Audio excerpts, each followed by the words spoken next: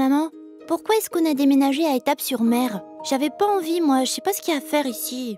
Mais enfin, Emma, on en a déjà parlé. C'est parce que je travaille à la mairie maintenant. Et je t'assure qu'il y a plein de choses à faire ici. Par exemple, Étaples fait partie du parc naturel marin des estuaires Picard et de la mer d'Opale. Ah bon? C'est quoi le parc naturel marin truc? Le parc naturel marin des estuaires Picard et de la mer d'Opale. C'est une aire marine protégée. Et c'est grand ce parc? Oh oui, c'est très grand même. Il fait 2300 km². On pourrait rentrer 22 fois Paris dans cette surface. Oh là là, ça fait beaucoup de kilomètres! Oh ça oui.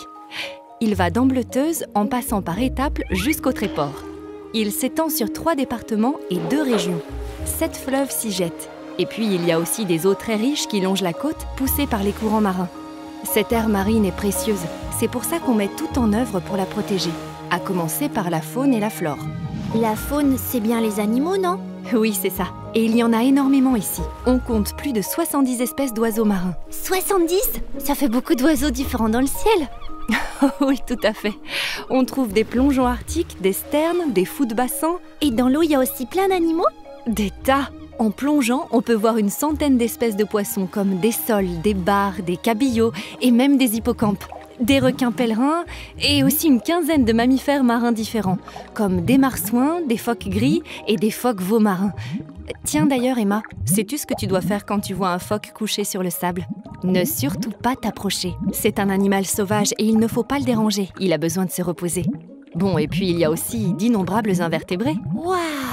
Et il y a quoi comme végétaux? Là aussi, il y a des dizaines d'espèces, et toutes vivent dans une grande diversité d'habitats. C'est d'ailleurs pour ça que cet endroit est exceptionnel. On y trouve rassemblés des dunes sous-marines, des hauts fonds rocheux, des estrans rocheux, des plages de sable, des prés salés où se reposent et se nourrissent de nombreux oiseaux migrateurs. Et puis aussi des estuaires comme ici, à Étaples. Tu veux dire le fleuve qui devient mer? Exactement. Ça fait vraiment beaucoup de choses à protéger. Et tu sais, ça ne s'arrête pas là. Au parc naturel marin, on s'intéresse aussi beaucoup aux activités des hommes et des femmes. On travaille avec eux à les rendre plus respectueuses de l'environnement marin pour que tout ça puisse encore durer des centaines d'années. Et ils font quoi comme métier ces gens? Plein de choses. Certains travaillent dans des activités industrielles, d'autres dans la pêche et d'autres dans les ports ou les transports. Des transports comme le voilier de papa? Non, ça, il le fait pour le plaisir, ma petite Emma. Mais avec des gens comme papa, on réfléchit ensemble pour que les loisirs aussi respectent l'environnement. Et il y en a beaucoup par ici? Oh oui, des dizaines, et qui ont toutes besoin d'un milieu marin en bon état et doivent se partager l'espace sans l'abîmer. Il y a le kitesurf, le stand-up paddle, le kayak, la plongée, le char à voile, le cerf-volant, le parapente, la randonnée à cheval ou à pied. Et la pêche aussi, maman? Bien sûr. Et tu sais, tu ne peux pas pêcher toutes les moules que tu veux et où tu en as envie. Il y a des règles. Et elles sont là pour te permettre de pêcher encore longtemps et en toute sécurité. Il faut bien te renseigner avant d'aller à moule, comme on dit ici. La pêche à pied fait d'ailleurs aussi partie de l'histoire et de la culture de la mer. Et un autre but d'un parc marin, c'est justement de les mettre en valeur. Un autre exemple, ce sont les épaves sous-marines. Mais maman, je savais pas qu'il y avait des bateaux au fond de la mer. Eh bien si, on en compte environ 70 dans le parc.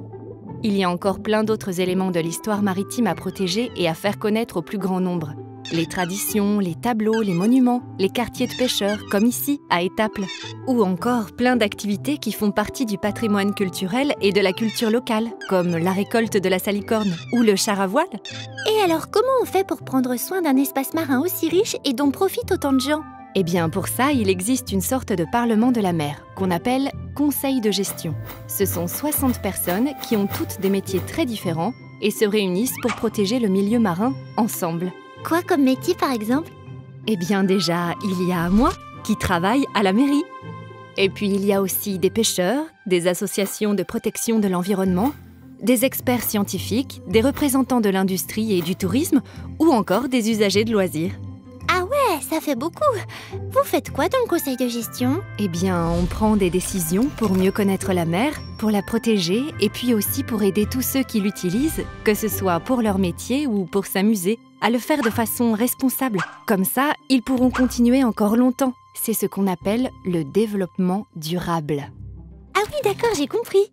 Moi aussi, je veux faire des activités respectueuses de l'environnement. Le cerf-volant, ça en fait partie, non? Si tu fais attention, en particulier l'hiver, à rester à bonne distance des oiseaux qui se nourrissent et se reposent sur la plage. Pas de problème. On y va, maman? Et demain, on pêchera des moules. On ira à Moules. Et après-demain, une balade. Et ensuite, on ira faire du... Je vois. Finalement, c'était peut-être pas une si mauvaise idée, ce déménagement, non ?